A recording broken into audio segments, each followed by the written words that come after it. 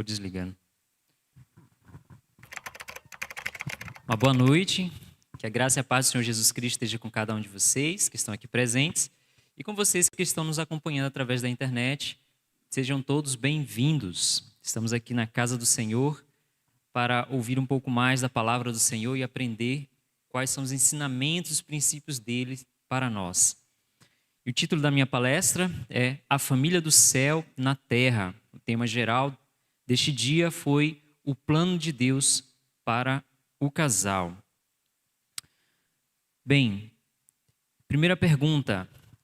Você deseja ser uma família do céu aqui na Terra? Quais são as implicações disso em ser uma família do céu aqui na Terra? Nós sabemos que este mundo, ele jaz no maligno. Então, para você ser diferente do que este mundo te proporciona, com certeza você vai enfrentar muitos problemas, né? Antes de começarmos, vamos fazer uma oração?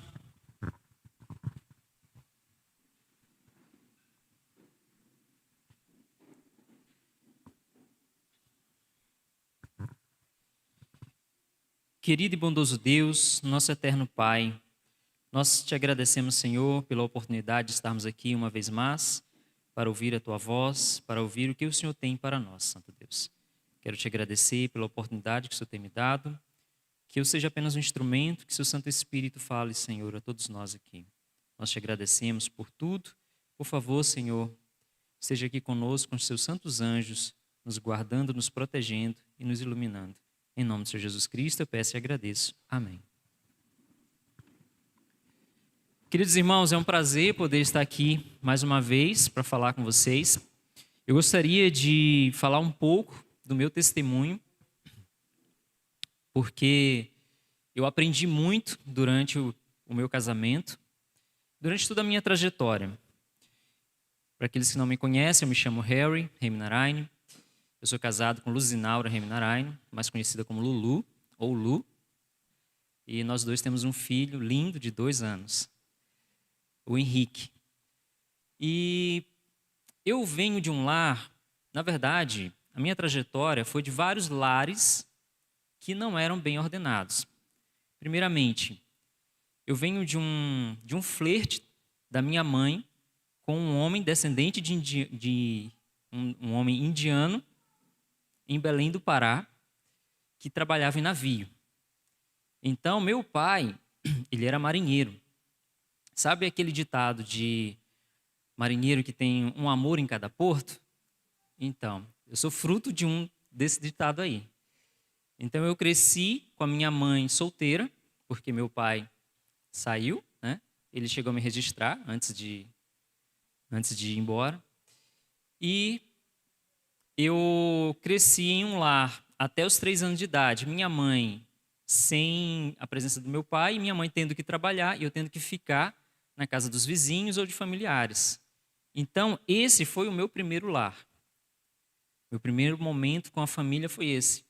Meu segundo momento, que aos 3 anos de idade, minha mãe viu que isso não ia dar certo, me levou para o interior do Maranhão. Antes a gente morou em Belém, eu nasci em Belém do Pará, sou paraense. E nós fomos para o interior do Maranhão. Meu segundo lar, minha mãe me deixou com os meus avós. Então, sabe aquele ditado, menino criado com vó?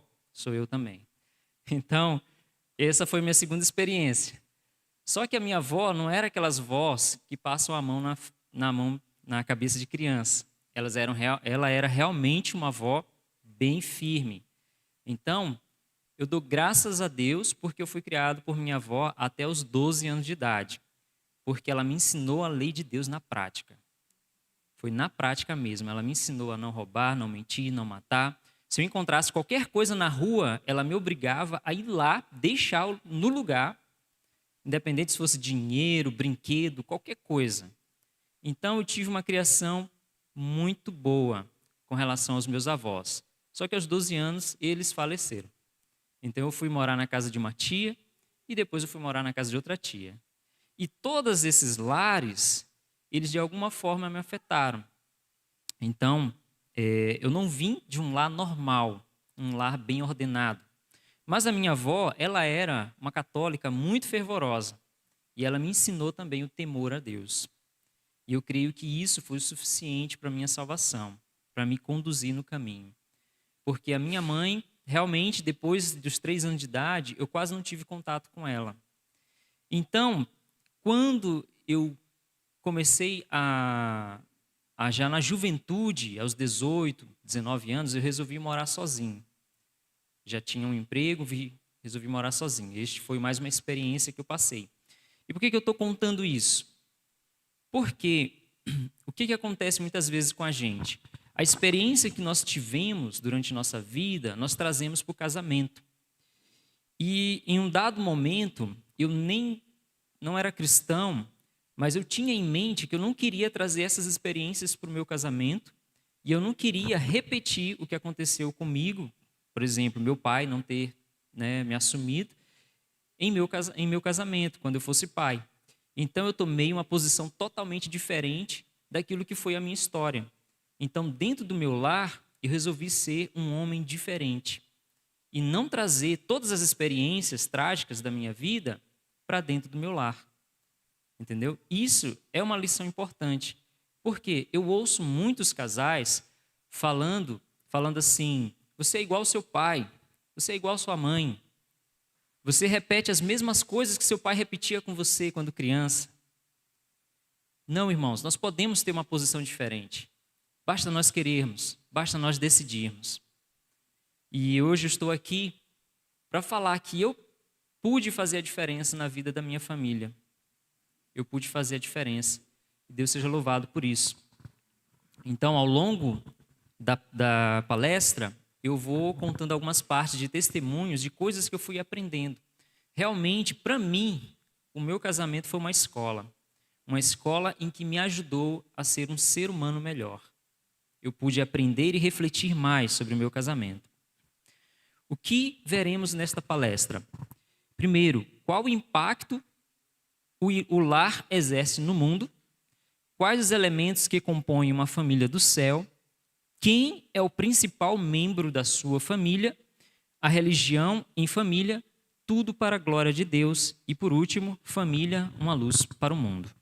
Então, como o tema desse dia foi sobre o lar, sobre o casal, sobre a família, eu esbocei aqui esses tópicos para a gente ir falando durante a apresentação.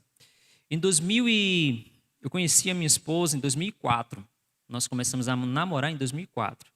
Então, próximo ano vai fazer já 20 anos que estamos juntos. Eu namorei 9 anos, porque eu queria ter certeza que era ela mesma. Então, demorou 9 anos. Mas, primeiramente, porque eu tinha medo do casamento, por causa das influências externas. Muitos casamentos dando errado e muitas pessoas falando mal do casamento. Então, eu tinha medo do casamento. Por isso, eu não dava um passo. E também porque nós nos conhecemos muito jovens. Então, nós ficamos ali até quando chegou um ponto que realmente não dava mais para avançar. Então, eu tinha 26 anos, ela 22, e nos casamos em 2014. E 2 meses depois nos tornamos adventistas. E aí foi melhor ainda, porque quando entrou o adventismo, a religião no lar, isso salvou o nosso casamento. Porque realmente, quando você não tem Cristo dentro do seu lar, o seu lar é um lar vazio, você não tem direção. Você é um navio sem saber para onde está indo. É impressionante. Eu nunca fui de beber, mas aos poucos, quando o nosso lar não tinha Cristo ainda, aos poucos a gente começou a trazer uma coisinha aqui alcoólica, que era mais doce, outra coisinha aqui que não era bom para a nossa saúde, e a gente já estava encaminhando num processo que ia ser destrutivo. Mas quando conhecemos a verdade, nós abraçamos essa verdade. E foi maravilhoso porque isso salvou o nosso lar. Então vamos lá. Qual impacto o lar exerce no mundo? Tem um texto no Lar Adventista que eu achei muito, muito profundo. Diz assim: a sociedade compõe-se de famílias e é o que a façam os chefes de família. Do coração procede as saídas da vida, e o coração da sociedade, da igreja e da nação é o lar. A felicidade da sociedade, o êxito da igreja, a prosperidade da nação dependem das influências domésticas. Então, todo o caos que nós podemos ver aí fora é resultado de lares destruídos. É resultado de lares disfuncionais. Todo o caos que nós estamos vendo aí. Porque o texto é claro em dizer que o êxito, a felicidade da sociedade, o êxito da igreja e a prosperidade da nação depende das influências domésticas. Por isso nós precisamos avaliar como está sendo o nosso lar. Porque o que nós fizermos em nosso lar estará influenciando a vida de toda uma nação, de toda uma sociedade, e estará ou atrapalhando ou ajudando no êxito da igreja. Por isso precisamos fazer essa reflexão em nossa vida. E eu destaquei quatro elementos que compõem uma família do céu. Já que o objetivo aqui é nós sabermos quais são as características de uma família do céu, eu meditando, pensando, estudando, pegando os textos, eu consegui encontrar esses 4 elementos. Primeiro, um vai levando ao outro. Cristo é o membro principal da sua família? Ah, sim, eu vou para a igreja, eu faço meu devocional, a gente faz o culto, tudo bem. Mas quando nós falamos Cristo é o membro principal da família, será que você conversa sobre Cristo? Será que você sente a presença dele? Será que quando as pessoas vêm ao seu lar, eles saem dali leves, sentindo que estiveram realmente no céu, na presença de Jesus? Cristo, ele é o membro principal da nossa família. Ele precisa ser constantemente o nosso meditar, o nosso falar. As crianças, quando ouvem tanto de falar de Cristo, eles começam a falar também. Meu filho, com 2 anos de idade, tudo que eu abro para ele, o que é isso aqui, filho? Jesus. Eu falei, não, isso aqui é um anjo, filho. O que é isso aqui? Jesus. Tudo ele identifica que é Jesus. E é muito interessante, gente, que o lar em que Cristo é o membro principal, ele vai ser um lar que vai se organizando sem muito esforço. Repara, Cristo é o membro principal da sua família. Depois, se Cristo é o membro principal da sua família, o seu lar é uma igreja, ou seja, você tem momentos de oração, você tem momentos de louvor. Muitas das vezes a gente só louva por causa do culto matinal, do culto da tarde. E olha que existem lares que nem fazem o culto. A vida é tão cheia de coisas para fazer que não dá tempo para fazer o culto à tarde. Mas, se Cristo for o membro principal da sua família, você vai aos poucos se organizando e o lar se torna uma igreja. Nós vamos ver textos sobre isso também. Quando Cristo é o membro principal da família e o lar se torna uma igreja, o seu estilo de vida começa a honrar a Deus. O estilo de vida honra a Deus, o seu estilo de vida? Isso é importante.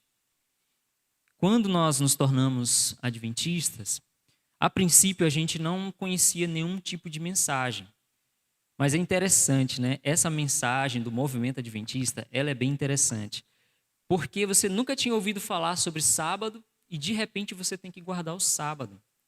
Eu fiquei feliz porque eu já guardava o sábado sem saber. Mas a minha esposa trabalhava no sábado, então foi um pouco mais difícil para ela. Porém, nós conseguimos. Então, aos poucos, a sua vida vai mudando. E essa mensagem, a gente até brincava, né? Essa mensagem é doida. Primeiro, você mostra que você tem que guardar um dia que você nunca parou para imaginar, aí você guarda. Depois, que você não pode mais comer qualquer tipo de carne, aí você para de comer carne de porco. Depois, aí veio a mensagem de saúde para a gente. Um irmão na nossa igreja lá começou a apresentar a mensagem de saúde e fez muito sentido na minha mente.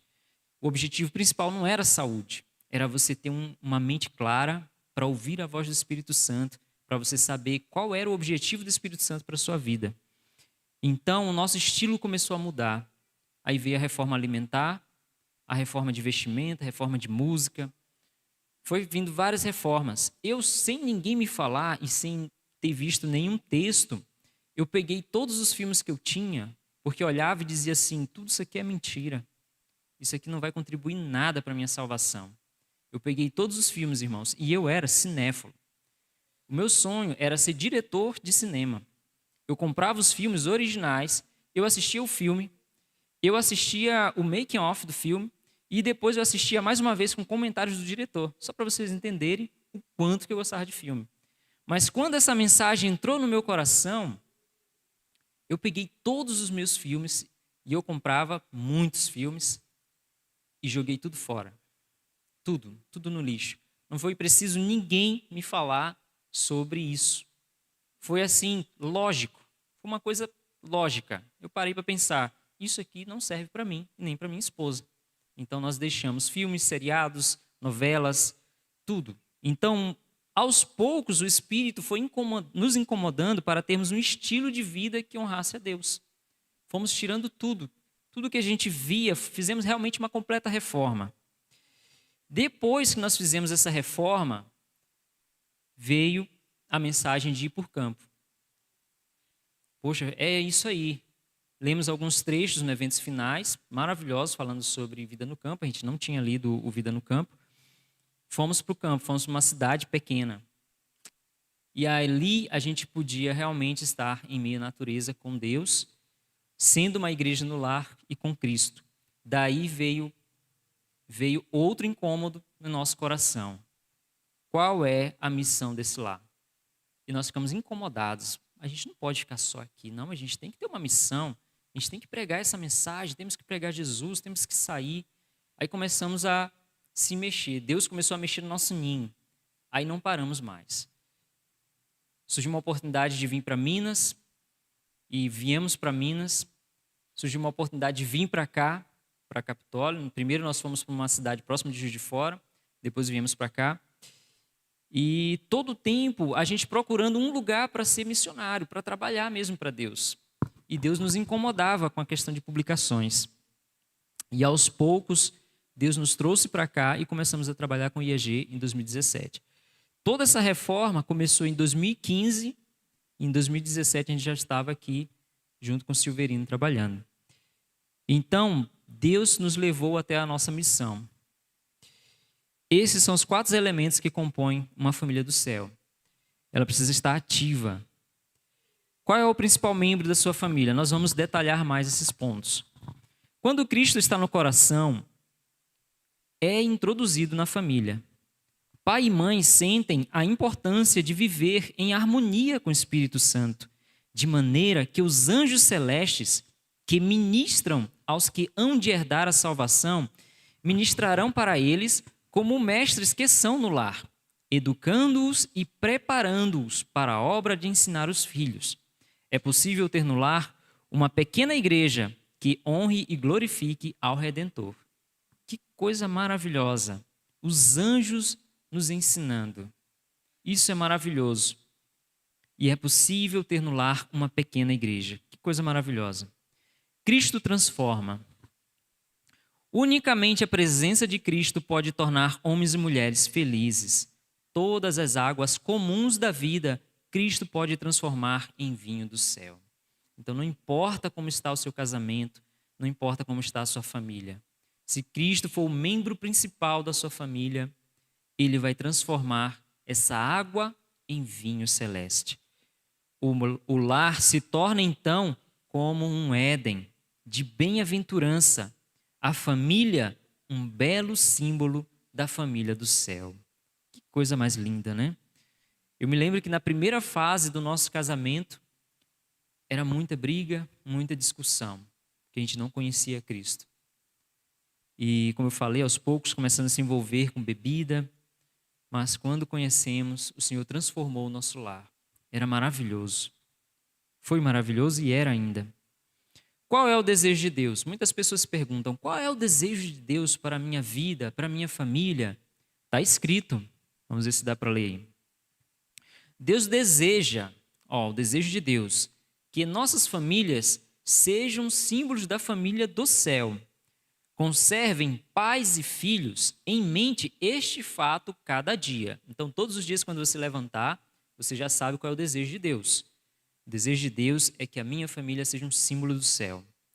Mantendo entre si relações de membros da família de Deus, então sua vida será de tal natureza que dará ao mundo uma lição objetiva do que podem ser famílias que amam a Deus e guardam seus mandamentos.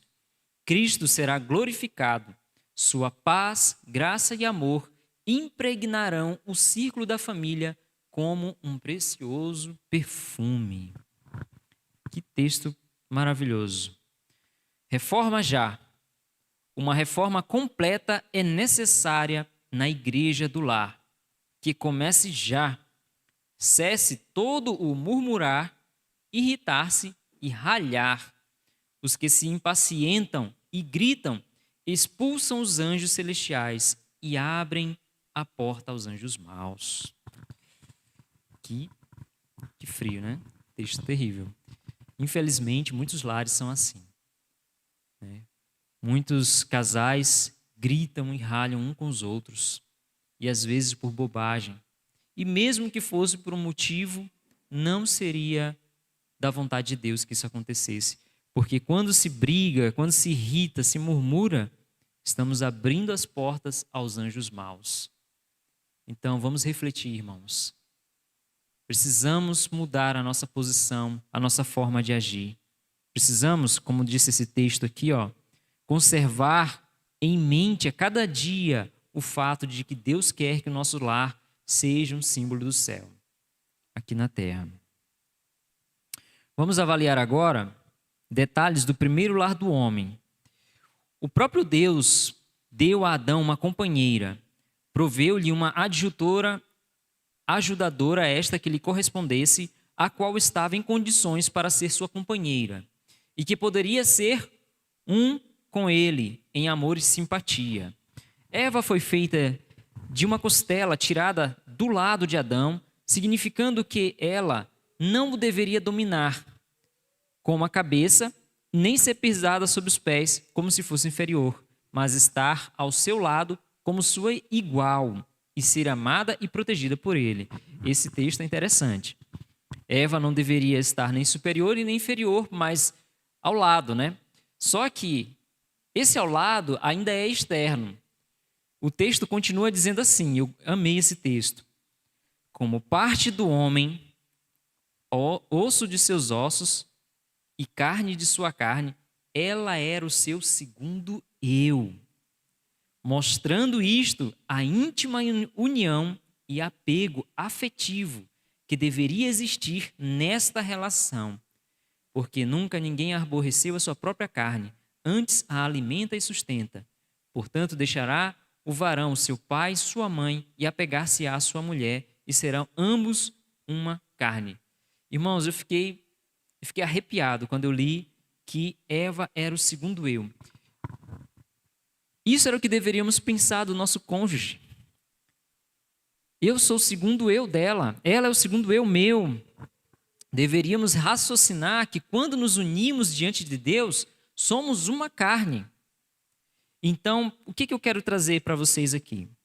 Eu tive uma experiência assim. A minha esposa, em vários momentos, ela passou por dificuldades. Às vezes ela era irritadiça, às vezes ela tinha alguns problemas de personalidade. Eu não precisava eu ficar brigando, irritado. Não, ela era eu.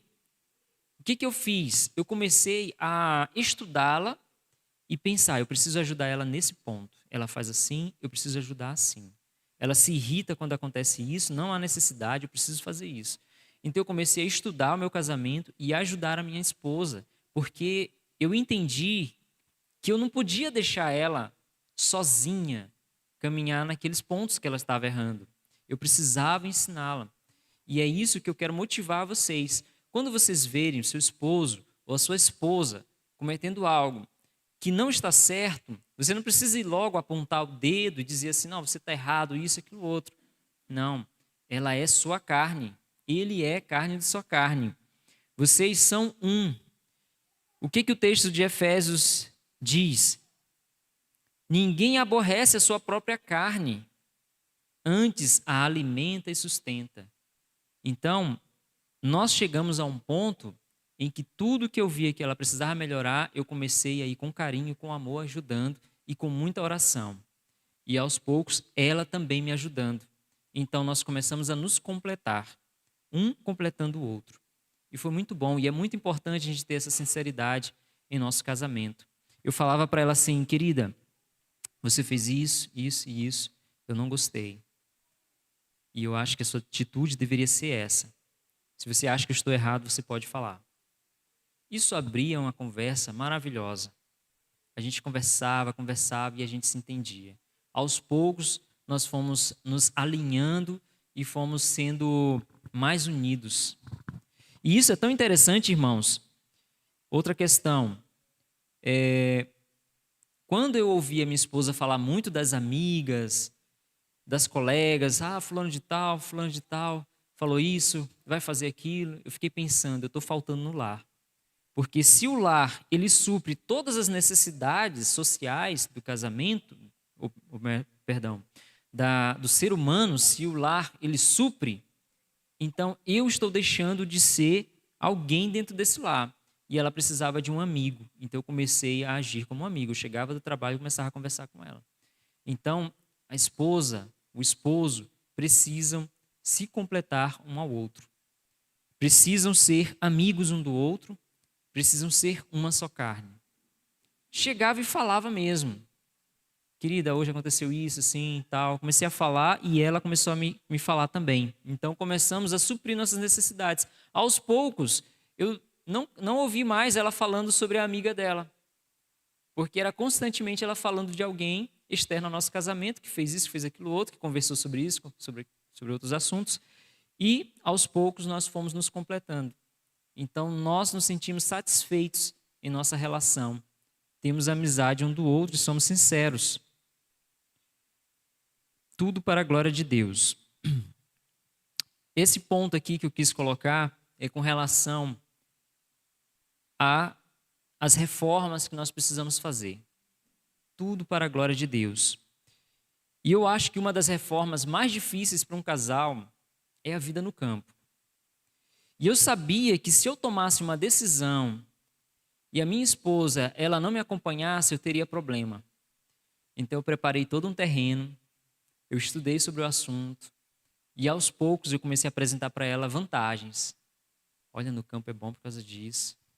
Querida, você não gosta de plantar? Começa a plantar aqui, começa a plantar ali, faz um vaso. A gente já tinha esse desejo no coração de morar em uma pequena cidade, mas eu fui plantando várias coisas para que ela pudesse ver que, poxa, realmente ir para o campo é bom. Porque eu tinha medo de chegar direto e ela dizer, não, eu não quero ir para o campo. Aí o coração começa a se fechar. Mas aos poucos nós fomos vendo qual era o plano original de Deus. E era isso aqui, ó. Não era desígnio de Deus que o povo se aglomerasse nas cidades, se apinhasse em cortiços. Ele pôs no princípio nossos primeiros pais entre os belos quadros e sons em que deseja que nos regozijemos ainda hoje. Quanto mais chegarmos a estar em harmonia com o plano original de Deus, mais favorável será nossa posição para o restabelecimento e preservação da saúde. Esse era o plano de Deus, que nós estivéssemos mais em meio à natureza, contemplando os belos quadros e sons, e Deus deseja que nos regozijemos ainda hoje com essa natureza, né? Esse é o plano de Deus. Onde deve estar o lar? Irmãos, quase todos os livros da irmã White, ela fala alguma coisa sobre vida no campo. Não tem como fugir desse tema. Se você pega Eventos Finais, tem vida no campo. Se você pega Grande Conflito, tem vida no campo. Lar Adventista, qualquer livro, você pega dela, tem um capítulo ou uma menção de vida no campo. Então, isso é uma mensagem que vem sendo repetida. E por que eu quis trazer para nós hoje? Porque tem um texto dela, da irmã White, que eu não vou ler aqui, mas tem um texto que diz que pais que tenham um pequeno trato de terra serão considerados como reis e rainhas. E eu posso falar com toda certeza para vocês, nós temos vivido isso aqui. Nós temos nos sentido como reis e rainhas dentro do campo. E eu queria que mais famílias pudessem saber disso. pudessem experimentar isso, a felicidade que a gente tem. E a irmã White fala assim no Ciência do Bom Viver: ao procurar-se a localização para um lar, permita-se que este propósito dirija a escolha. Não sejais dominados pelo desejo da riqueza, pelos ditames da moda ou os costumes da sociedade. Considerai o que melhor contribuirá para a simplicidade, pureza, saúde e valor real. Em vez de morar onde só podem ver as obras dos homens, onde o que se vê e ouve frequentemente sugere pensamentos maus, onde a balbúrdia e a confusão produzem fadiga e desassossego, ide para um lugar onde possais contemplar as obras de Deus. Buscai tranquilidade de espírito na beleza, quietude e paz da natureza. Descanse o olhar nos campos verdejantes, nos bosques e colinas. Erguei os olhos para o céu azul, não obscurecido pelo pó e fumaça das cidades, e aspirai o ar celeste e revigorador. Irmãos, quando eu entendi a mensagem de vida no campo, tudo ficou cinza onde eu morava. Nós morávamos num belo apartamento, num lugar muito bem localizado, em São Luís do Maranhão. Porém, o lugar era terrível. Muita música, pessoas seminuas, e tudo ali começou a virar cinzas para mim. Tudo ficou assim, descolorido. Eu já não aguentava mais. E sabe como que eu saí para ir para o campo? No dia que eu decidi, eu orei ao Senhor, eu falei: Senhor, eu não aguento mais viver aqui. Eu quero tirar minha família desse lugar.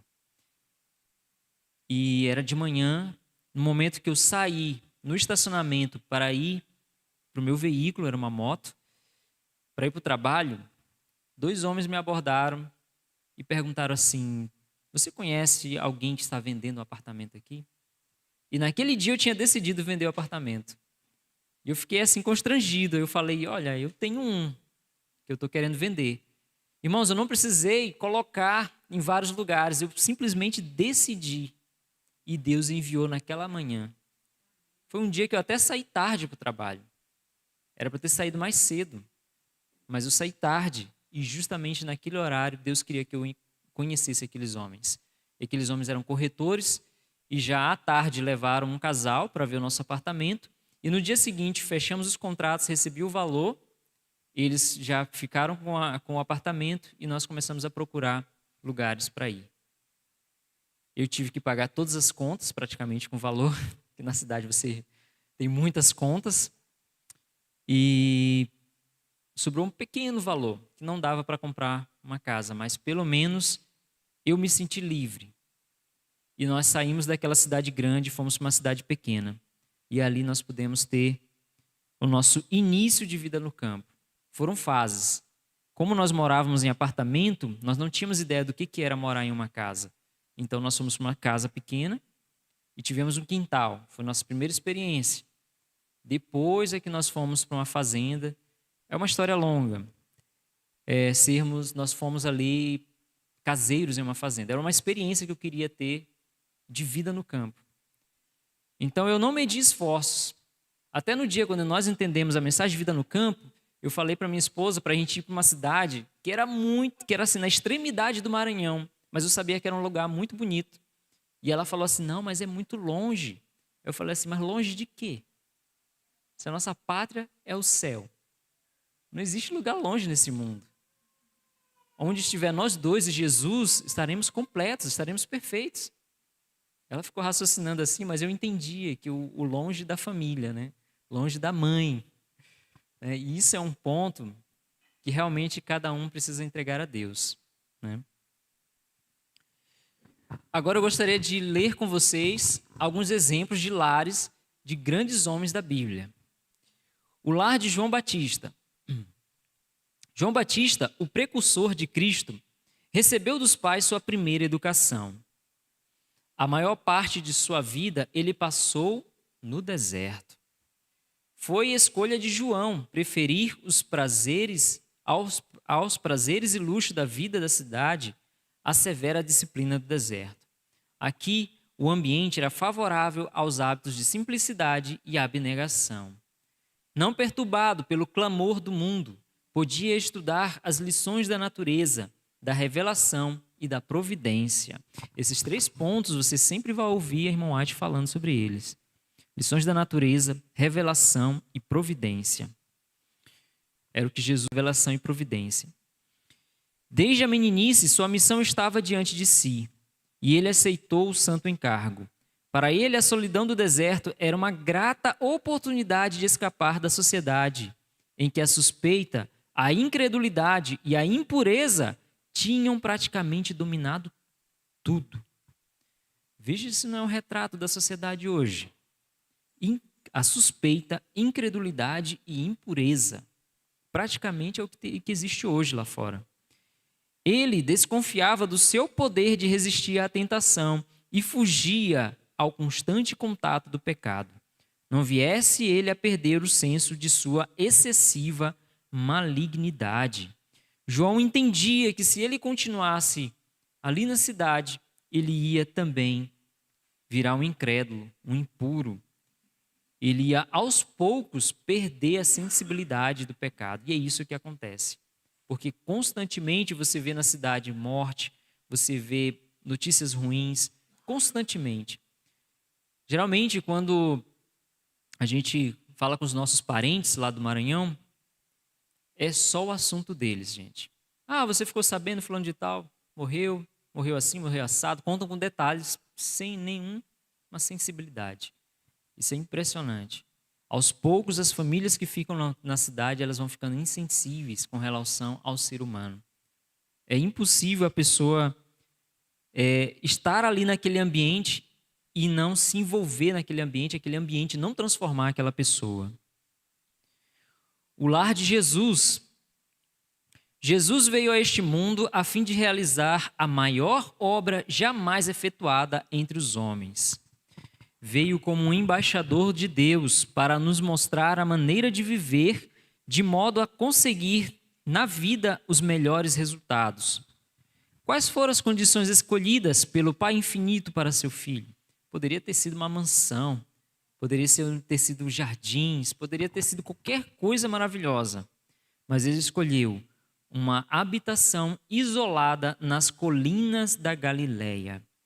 Um lar mantido pelo trabalho honesto e respeitável, vida de simplicidade, luta diária com as dificuldades e provações, abnegação, economia e serviço paciente, feito com contentamento. A hora de estudo junto de sua mãe, com o rolo aberto das Escrituras, a serenidade da alvorada ou do crepúsculo, do verdor do vale, o sagrado ministério da natureza, o estudo da criação e da providência, a comunhão da alma com Deus, tais foram as condições e oportunidades dos primeiros anos da vida de Jesus. Sabe o que acontece, irmãos? É que, antigamente, a vida no campo era uma vida com o propósito de subsistência, de realmente sobreviver. Isso criou uma imagem muito negativa do campo. E muitas pessoas foram para a cidade desejando uma vida melhor, não passar mais por aquelas dificuldades. E essa impressão ficou nos filhos. Em nossa geração, e nossa geração cresceu na cidade pensando, eu não quero nem saber do campo. É até um ditado lá no Maranhão, quando a gente fala assim, alguma coisa que é muito difícil, a gente fala assim, isso aí é roça? É roça isso aí? Tipo assim, é difícil isso daí, eu quero quero estar longe disso daí. Então, essa visão de ter um ambiente perfeito, um ambiente sem dificuldades e tudo mais, isso impregnou a nossa mente, impregnou a nossa sociedade. Ninguém quer ir para o campo para ter uma habitação onde tenha hábitos de simplicidade, dificuldades, provações, abnegação. Mas o plano de Deus, quando Deus falou para Adão, era que do suor do rosto dele, ele ia tirar o pão dele. Esse plano era para salvar Adão do próprio pecado. Esse é o plano de Deus. Então, quando a pessoa ela ouve falar sobre vida no campo, ela logo que rejeita, porque pensa em todas as dificuldades que envolvem. E realmente envolve. Vir para o campo não é fácil. Quando eu entendi a mensagem de vida no campo, eu pensava que eu ia plantar minha horta e ia ficar, de manhã eu ia regar, plantar, e de tarde eu ia ficar na rede, estudando Espírito e Profecia. Eu pensava que era assim, simples. Irmãos, não é nada disso. Isso, como o pessoal diz, isso é uma utopia. Vida no campo é dificuldade, é ralar, é ter coisas nas mãos, é se ferir, é passar por dificuldades em momento de chuva, em momento de seca. Mas sabe, hoje, a gente faz isso com contentamento. A gente não se importa. É muito melhor você enfrentar os morcegos, as baratas, as cobras, os escorpiões aqui no campo do que os bandidos, as doenças, as pandemias, epidemias, tudo que acontece na cidade. É muito melhor. Porque você sabe que quem está controlando as coisas da natureza é Deus. E quem está controlando as coisas da cidade é o inimigo. Então, meus queridos, prefiro passar dificuldades no campo. Quando eu morava na cidade, eu trabalhei na área de engenharia industrial. Eu trabalhava na área de 3D, fazia animações em 3D para a área industrial. Eu ganhava cerca de 5 salários mínimos. Quando eu conheci a mensagem de vida no campo, eu sabia que eu não podia mais ganhar isso. Foi um tremendo baque, como diz o pessoal. A minha esposa sentiu muito, porque nós passamos de um patamar grande lá para baixo. Mas esses textos, eles me davam forças. E eu podia trabalhar a cada dia. Eu não me importava. Eu fui ser caseiro em uma fazenda lá próximo de Juiz de Fora, de uns irmãos adventistas que não moravam lá. E nós passamos muitas dificuldades naquele lugar. Mas eu senti que era o plano de Deus e que Deus estava trabalhando em nosso caráter. Eu vou dizer uma coisa para vocês, não foi por minha força que eu tomei essa decisão, foi por Jesus mesmo. Só o Espírito Santo me fez tomar a decisão. Eu acho que se eu tivesse parado para raciocinar, eu não teria tomado essa decisão, eu teria pensado em subterfúgios para não deixar de ganhar aquele valor e ter a vida no campo. Mas realmente Deus quis cortar nossas asas. Mas foi muito bom. Nós fomos muito agraciados por isso. Lembrança do Éden. Por todo o tempo em que Deus me der poder para falar a nosso povo, isso é irmão White falando, irmãos, continuarei a convidar os pais a que deixem as cidades e formem lares no campo, onde possam cultivar o solo e aprender do livro da natureza as lições de pureza e simplicidade. As obras da natureza são ministros silenciosos de Deus e a nós dados para que nos ensinem verdades espirituais. Elas nos falam do amor de Deus e declaram a sabedoria do grande artista. Eu amo as belas flores, elas são lembranças do Éden, apontando o bendito país em que, se formos fiéis, logo entraremos. O Senhor me está guiando a mente para as salutares propriedades das flores e árvores. Meus irmãos, um clamor da irmã White sobre esse assunto. Muitos falam, não é tempo de ir para o campo porque não saiu o decreto dominical. Mas não é isso. O problema não é você fugir. A questão não é você estar fugindo de algo que está te perseguindo na cidade. A questão é você estar fugindo do pecado. É você estar fugindo daquilo que está tentando tirar Deus de você. É isso. Olha o que ela diz no início. Por todo o tempo em que Deus me der poder para falar ao nosso povo, eu continuarei a convidar os pais a deixarem as cidades e formem lares no campo. Então isso é importante. Não é para a gente estar preocupado. Eu me lembro que no começo aqui em Capitólio, muitas famílias vieram para cá com medo mesmo, fugindo. Na época da pandemia, foi aquele êxodo para cá. Passou a pandemia, êxodo para a cidade de volta. Porque não é esse o objetivo. Se você não for para o campo com o objetivo certo, você vai voltar. Você vai voltar, porque se você for pensando que é fugir, você não vai estar pensando certo. Um resumo prático aqui, ó. A família do céu praticará a reforma de saúde, reformará seu estilo de vida e gostos, entretenimento, música, vestimentas, educará os filhos de acordo com o padrão do céu, verdadeira educação, vocês já ouviram sobre isso aqui, buscará viver na presença de Deus, ou seja, culto no lar, vida no campo, vai tentar viver mesmo na presença de Deus. Esses são apenas alguns pontos práticos. Família, uma luz para o mundo. E essa parte final aqui eu vou falar sobre a missão da família. É interessante que quando nós temos uma família em que o pai, por exemplo, é missionário, ele dá muita atenção fora do lar e acaba esquecendo o lar. Nós podemos ver muitas vezes exemplos de, por exemplo, filhos de pastores, que são pessoas difíceis, os filhos dos pastores, porque eles dão tanta atenção para fora e esquecem o próprio lar. Campo missionário. Nossa obra para Cristo deve começar com a família, no lar. Não existe campo missionário mais importante do que esse. O texto está dizendo que não existe campo missionário mais importante do que esse. Muitos descuidaram vergonhosamente esse campo do lar e é tempo de que sejam apresentados recursos e remédios divinos para corrigir este mal. Testemunhos Seletos 3. Muito bem, precisamos começar com o lar. Muitas vezes aquele evangelista dá tantos estudos bíblicos e a própria esposa não compreende nada da Bíblia. Não compreende nada. Poderosa influência para o bem. Um lar cristão bem ordenado é poderoso argumento em favor da realidade da religião cristã. Argumento que o incrédulo não pode contradizer. Todos podem ver que há na família uma influência em atividade, a qual afeta os filhos e que o Deus de Abraão está com eles.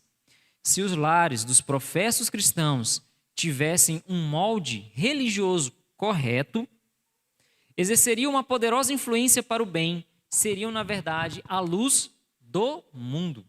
Artigo definido, seriam a luz do mundo.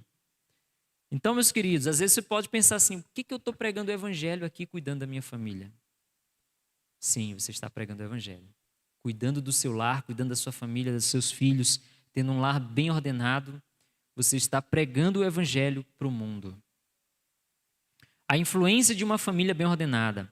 A maior prova do poder do cristianismo que se pode apresentar ao mundo é uma família bem ordenada, bem disciplinada.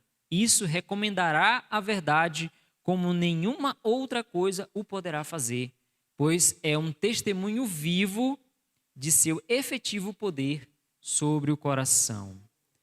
Então, o lar bem ordenado, ele será a melhor pregação para o mundo. Ele vai convencer as pessoas, vai levar as pessoas a Cristo. Eu me recordo que o Kleber falou que ele encontrou um lar bem ordenado e que não era adventista. Ele sempre conta essa experiência. Era um lar de uma família de outra denominação, que ele via Cristo naquela família. Para vocês verem, aquela família talvez nunca soube que houve alguém espiando eles, o Kleber. Mas ela influenciou o Kleber de alguma forma. Isso o Kleber traz para a família dele. Então, às vezes a gente pensa que não está tendo resultados. Nós estando ali só dentro do nosso lar, mas está tendo. Deus está encaminhando as pessoas para nos verem. Qual o resultado de uma família unida? A primeira obra dos cristãos é serem unidos na família. Então a obra se deve estender a seus vizinhos de perto e de longe. Os que receberam luz precisam deixá-la irradiar em límpidos raios. Suas palavras que demonstram o amor de Cristo precisam ser um cheiro de vida para a vida. Eu me lembro de uma família muito missionária, principalmente a esposa muito missionária, mas o lar era destruído. Como que essa mulher ia pregar o evangelho para as pessoas, sendo que dentro do próprio lar ela não conseguia demonstrar amor por aqueles que estavam ali dentro daquele lar? Então, meus queridos, essa é a primeira obra dos cristãos. O segundo texto diz: quanto mais intimamente são unidos os membros da família em sua obra no lar, tanto mais de molde a elevar e auxiliar será a influência que pais, mães, filhos e filhas exercerão fora dele. Então, nosso lar é um campo missionário, é uma escola missionária, e daqui do nosso lar vai partir missionários perfeitos, missionários de sucesso. Então, meus queridos, que o Senhor abençoe vocês. Esse assunto ele é muito amplo, dá para falar muitas coisas que o tempo não permite. Eu tentei resumir aqui o que eu achei de mais primordial. Espero que vocês tenham gostado e eu estarei em oração para que o lar de vocês também possam ser um lar celestial. Vocês possam ser uma família aqui na terra, uma família do céu aqui na terra. Amém? Vamos fazer uma oração. Não esqueçam que amanhã de manhã, 10 para as 5, nós temos a meditação matinal, tá? Todos estão convidados. Está sendo uma... Perdão, 10 para 6. Eu falei 10 para 5, né? 10 para 6. Ok? Quem quiser vir às 10 para 5 para estar em oração também, né? Será uma grande bênção. Deus eterno, nosso Senhor e bondoso Pai, maravilhoso conselheiro, príncipe da paz. Senhor, eu sei que muitos de nós aqui precisam de conselhos sobre tudo que eles tenham assistido aqui, Senhor, e ouvido a Tua palavra. Eu quero rogar, Senhor, por essas pessoas, por estes congressistas e por aqueles que estão em seus lares nos assistindo, através da internet, que o Teu conselho, Senhor, que o Senhor tem para cada uma delas, possa se revelar, Senhor, na Tua palavra. Que o Senhor possa dar entendimento àqueles que precisam entender a Tua vontade. Eu oro pelo Seu Santo Espírito, que Ele seja derramado sobre nós, Senhor, para que nós possamos compreender e ter forças para praticar a Tua vontade. Que o Senhor perdoe os nossos pecados, Santo Deus. Perdoe a nossa negligência. Perdoe, Senhor, muitas das vezes a nossa dificuldade de entender que precisamos tomar uma posição, Senhor. E eu oro para que o Senhor nos dê força para estarmos ao Teu lado. Pai, que esses 4 pontos que apresentei aqui, Senhor, que eles possam se fazer presente na vida de cada um desses que estão aqui. Abençoe a todos nós, nos ilumine e nos dirija, Senhor, e nos guarde. Nós desejamos, Senhor, ser Teus representantes aqui na terra. E rogamos para que os nossos lares sejam a luz do mundo, como o texto disse.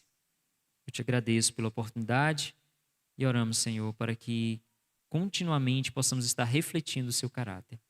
Dá-nos, Senhor, uma boa noite, um bom descanso. Toma-nos nas Tuas mãos, eu que te peço e te agradeço em nome do Senhor Jesus Cristo. Amém, Santo Deus. Amados, uma boa noite. Que possamos todos dormir com o nosso Senhor Jesus Cristo. Até a próxima.